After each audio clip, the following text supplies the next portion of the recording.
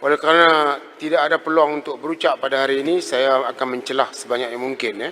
Yang Berhormat, pada perbahasan yang lepas, Yang Berhormat Langkawi telah maklumkan kedudukan Langkawi bahawa Langkawi tidak berhenti jadi Perdana Menteri kerana PH telah bubar. Apakah Yang Berhormat bersetuju dengan saya?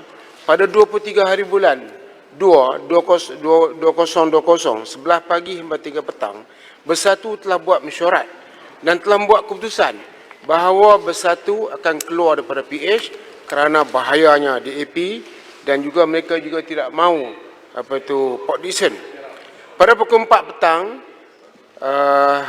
Perdana Menteri telah panggil semua presiden parti iaitu UMNO, Bersatu, PAS, JPS dan Timbalan Presiden PKR. Dimaklumkan Bersatu telah membuat keputusan untuk keluar PH dan sebuah kerajaan perpaduan akan diwujudkan. Maka mesyuarat tersebut berakhir pada 5.30 petang.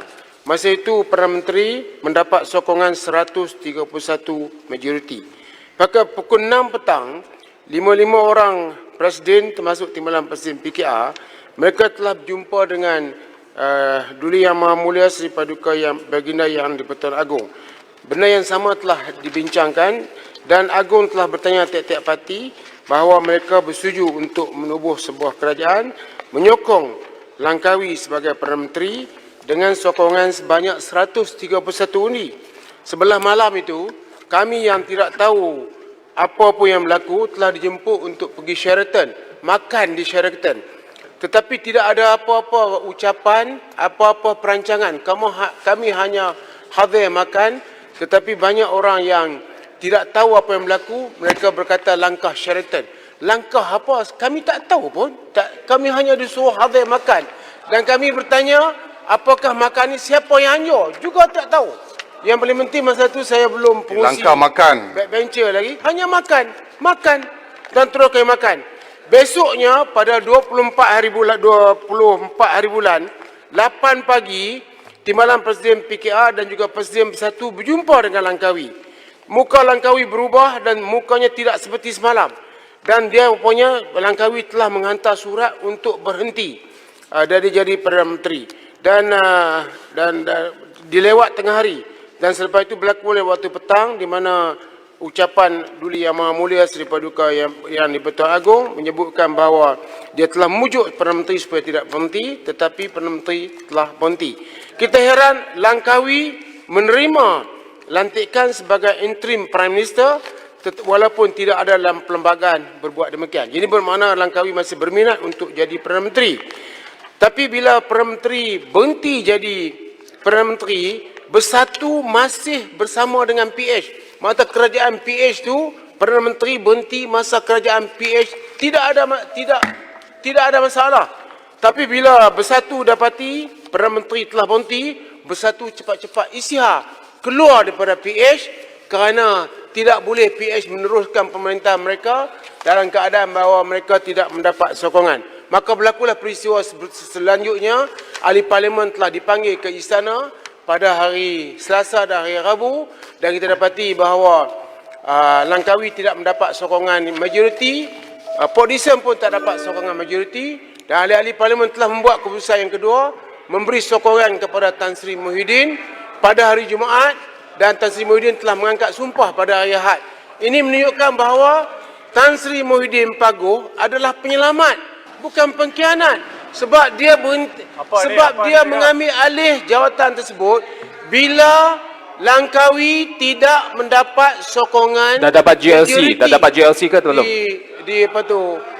Tidak mendapat sokongan majoriti dan Port Dickson pun tak dapat sokongan majoriti. Jadi kita hentikanlah supaya sejarah yang saya baca tadi ini menjadi catatan sejarah bahawa tidak ada pengkhianat di sini. Tapi Langkawi sebagai orang yang saya paling hormati menerima hakikat bahawa telah berhenti semasa PH masih dalam kerajaan. Bersatu belum isytihar. Walaupun dia telah buat keputusan, dia tak isytihar keluar PH. Minta penjelasan, Arau. Jadi dengan ini tidak boleh menuduh Bersatu pengkhianat. Boleh kemudian yang keduanya, mereka telah Arau, saya hanya nak tanya untuk mereka yang keluar daripada UMNO menyertai parti politik yang lain, mereka adalah pengkhianat atau tidak? Ni penyebuk jangan tebuk lagi, saya nak bagi habis ni ya. Jadi 37 orang ahli parlimen, 26 daripada Bersatu, 11 daripada PKR telah berkumpul beramai-ramai menyatakan sokongan kepada Paguh untuk jadi Perdana Menteri, dan Langkawi telah berkata kalau Paguh mendapat sokongan, saya juga akan menyokong Paguh. Kami UMNO pasal tersebut, pasal berjumpa Agong, agak kecewa sebab bila Langkawi kata, saya terimalah UMNO ni, tapi 4-5 orang individu saya tak terima. Jadi kami kecewa. Patutnya terima sebuah parti. Sebab apa? Langkawi panggil Presiden UMNO 5 kali. 3 di rumah, 2 di pejabat untuk bincang kerajaan perpaduan. Kalau sekiranya Presiden UMNO pengkhianat, kenapa dipanggil berbincang? 5 kali sampai hari yang Masa terakhir sudah tamat lah. pada 23 bulan.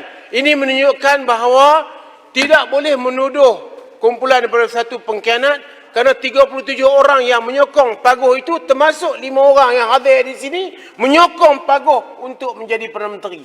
Ya, 37 orang telah buat keputusan di sebuah yayasan dekat Masjid Negara. Dah. 37 orang, ni rekod. Tak apa. Terima kasih. Arau. Tak apa. Arau. Ini ialah rekod sejarah yang telah dibagi kepada saya, dan saya baca sejarah tersebut. Saya nak Masuk tamat, bercerama di Islam. Langkawi ada lepas ni. Mahidin Paguh adalah kerajaan yang sah, bukan diiringi oleh, bukan sebagai pengkhianat.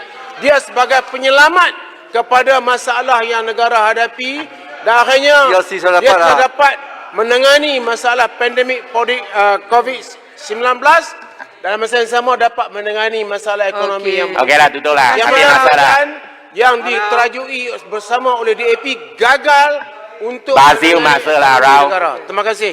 Apakah Arau. Terima kasih Arau. Arau. Saya masukkan ucapan Arau tadi sebahagian daripada ucapan saya, dan penjelasan tadi saya bersama-sama dengan Arau. Sekian, terima kasih, saya menyokong tambahan bajet ini. Arau nak cakap Paguh lagi hebat daripada bagian Datuk. Sekarang saya